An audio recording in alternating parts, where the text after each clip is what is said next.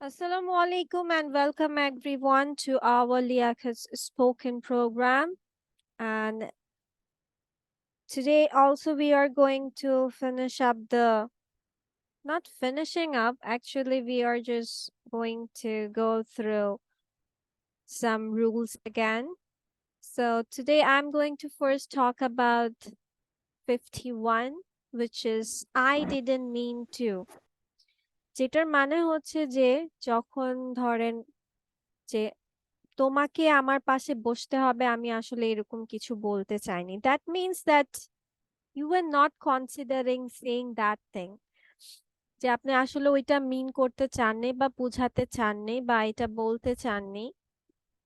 So something like that যখন বুঝাবেন তখন ইংলিশে ইউজ করবেন I didn't mean to, that আমি এটা করতে চাইনি আসলে। So I didn't mean to do this, I didn't mean to sit by your side, I didn't mean to leave you, I didn't mean to say you goodbye. So কোনো কিছু করতে চাননি, unintentionally it happened, তখন আপনি বলবেন যে কি বললাম, যে আপনি কোনো জিনিস করতে চাননি আনইনটেনশনালি হয়ে গেছে, তখন আমরা ইউজ করে থাকবো I didn't mean to. Then the next one is going to do something, that means ভবিষ্যতে যদি আপনি কোনো কিছু করতে চান বা করতে যাওয়া, তখন আমরা ইউজ করে থাকি going to. Subject, going to, verb, একটু এক্সটেনশন। কোশ্চেন ছিল। ওকে, সো আপনি যদি ভবিষ্যতে কিছু করতে যাওয়া বা ভবিষ্যতে কিছু করবেন এরকম কিছু প্ল্যান করছেন, so you will say like subject going to verb plus extension. যেমন আমি আগামীকাল একটি স্মার্টফোন কিনতে যাচ্ছি, I am going to buy a smartphone tomorrow. সে আগামীকাল শপিং করতে যাচ্ছে, he is going to shopping tomorrow. আমরা ভাবি যেহেতু টুমরো বলেছি তার মানে ভবিষ্যৎ, আবার বলছি ভবিষ্যতে কিছু করতে যাবো, আমাদের মাথায় অটোমেটিক্যালি চলে আসে উইল কথাটা। So he will go to shopping আমরা বলতে পারি। সো এটা না বলে আমরা গোয়িং টু দিয়েও, যে আপনি ভবিষ্যতে কোনো কিছু করতে যাচ্ছেন, সো ভবিষ্যতে কোনো কিছু করতে যাওয়ার জন্য you can also go with going to. উইলের মানে উইলের অ্যালটারনেটিভ এটাও ইউজ করতে পারে। The next rule is I'm dying to. আমরা মাঝে মাঝে কথায় বলি না যে আমি হচ্ছে কফি খাওয়ার জন্য মরেই যাচ্ছি, সামথিং লাইক দ্যাট, আমি ঘুমানোর জন্য মরেই যাচ্ছি। এই যে আমি মরেই যাচ্ছি টাইপের কথার জন্য ইংলিশে আমরা ইউজ করে থাকি I am dying to. Like আমার অনুভূতি প্রকাশ করতে মরিয়া হয়ে উঠেছি, I'm dying to express my feelings, I'm dying to take a cup of coffee. এক কাপ কফি খাওয়ার জন্য আমার মানে আর তর্স হইছে না, that means you are just, you can't just survive without that, আপনি মরেই যাচ্ছেন, এটা হবেই না, এরকম পারছি না, আর কোনো কিছু হচ্ছে না, তখন হবে I am dying to do that thing. Okay, now let's go with the sample of still yet already. যদিও আমরা এটার সাথে অনেকটাই পরিচিত, যে স্টিল মিন্স হচ্ছে এখনো পর্যন্ত, কিন্তু এটা আমরা ইউজ করব হ্যাঁ বোধক বাক্য বা কোনো কাজ এখনো চলছে বোঝাচ্ছে, মানে বাকি আছে, ইটস গোয়িং অন। সো যেমন তুমি কি এখনো লালবাগে থাকো, do you still live Lalbagh, live at Lalbagh, মানে এখনো পর্যন্ত থাকছেন বা হ্যাঁ বোধক কোনো সেন্সের, যেমন এটা কিন্তু পজিটিভ বাক্য, যে তুমি কি এখনো লালবাগে থাকো, it's a positive sense sentence, so আমরা এখানে ইউজ করব স্টিল। আর যখন আমরা বলবো ইয়েট, ইয়েট আমরা ইউজ করে থাকি না বোধক, মানে হচ্ছে এখনো পর্যন্ত করিনি, যেমন এখনো খাইনি, এখনো ঘুমাইনি, এখনো করিনি, তখন আমরা ইউজ করে থাকি ইয়েট কথাটা। দেন হচ্ছে অলরেডি, অলরেডি মিন্স ইতিমধ্যে, দ্যাট মিন্স কাজ ইতিমধ্যে শেষ হয়েছে, দ্যাট, এই যে, মানে, it's like finished it, already আমি ইতিমধ্যে বইটি পড়েছি। I've already read the book. You've done it recently, মানে খুবই একদমই টাই টু টাই সময় বা এই মুহূর্তে শেষ করেছেন এরকম টাইপের। সো আমরা কি জানলাম যে স্টিল হচ্ছে আপনার পজিটিভ বাক্যে বা এখনো পর্যন্ত চালিয়ে যাচ্ছেন এরকম। ইয়েট মিন্স না বোধক টাইপের বাক্যে আবার হচ্ছে এখনো করিনি, খাইনি, ঘুমাইনি এরকম টাইপের। এন্ড অলরেডি হচ্ছে এর মধ্যে, মানে কাজ ইতিমধ্যে শেষ হয়েছে বোঝালে you need to go with already.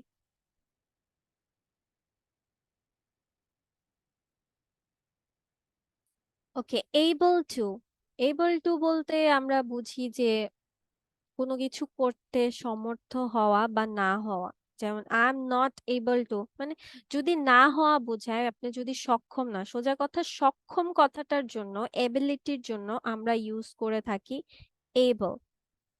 Able.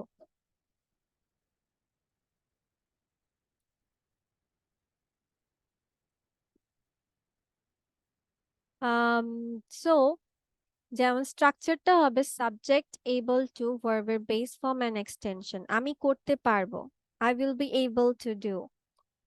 আমি আসতে পারবো, I will be able to কাম।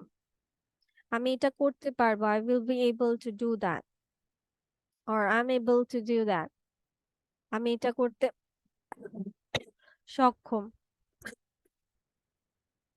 সোজা কথা সক্ষমতা বোঝাতে আপনি able to কথাটা ইউজ করতে পারেন।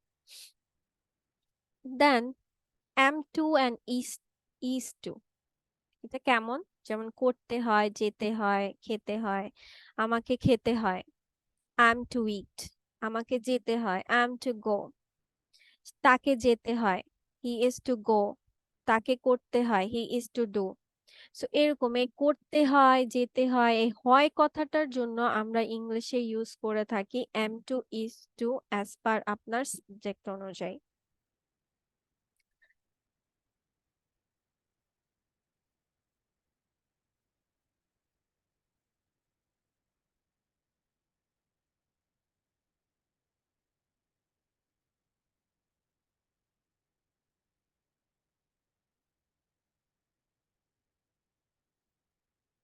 ওকে, then the thing is that am to, is to করতে হয়, সোজা কথা হচ্ছে আমরা করব সাবজেক্ট এম টু, ভার্বের বেস ফর্ম।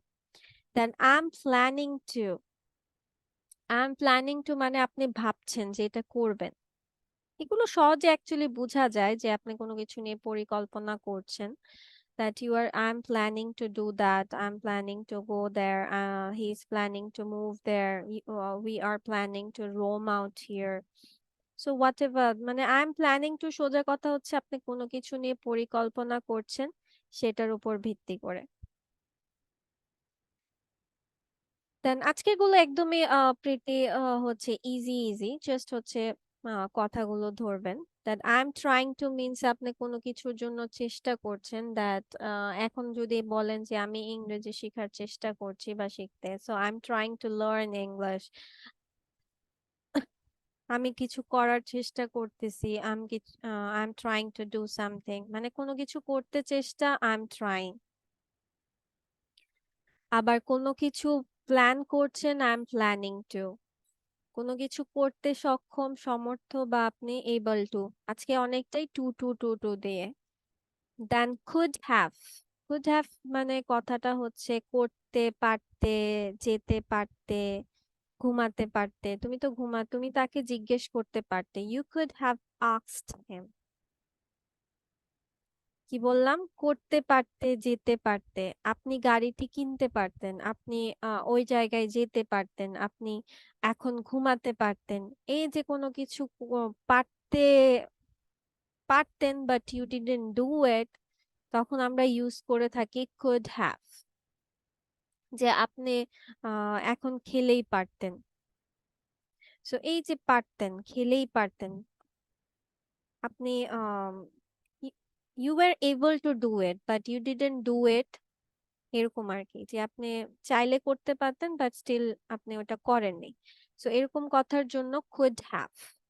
সো আপনার সেন্টেন্সটা হবে সাবজেক্ট কুড হ্যাভ ভার্বের পাস্ট পার্টিসিপল এক্সটেনশন। এখানে মনে রাখতে পারেন যেহেতু হ্যাভ কথাটা আছে, হ্যাভ হ্যাজ হ্যাড থাকলেই আমরা ভার্বের পাস্ট পার্টিসিপল কথাটা দিয়ে থাকি। Now the last one for today but not the least one, which is it is time. It is time মানে হচ্ছে ইহাই সময়, যেমন এখনই সময় বিদায় বলার, it is time to say goodbye. আবার অনেকে ভাবেন যে ইট ইজ হাই টাইম, অত আমরা শুনেছি, তাহলে ইট ইজ হাই টাইমটা কি? ওইটা হচ্ছে ইহাই উপযুক্ত সময়। একটা হচ্ছে ইহাই সময় in a normal sense, that ইহাই সময় মানে এইটাই সময়। আর ইট ইজ হাই টাইম মানে you are emphasising more that ইহাই উপযুক্ত সময়, মানে এটাই উপযুক্ত সময় ইংরেজি কথা বলার। It is high time to learn or speak in English. আর নর্মাল সেন্সে যে it is time to learn English, normal সেন্সে যে এখনই কথা বলার সময়, সামথিং লাইক দ্যাট।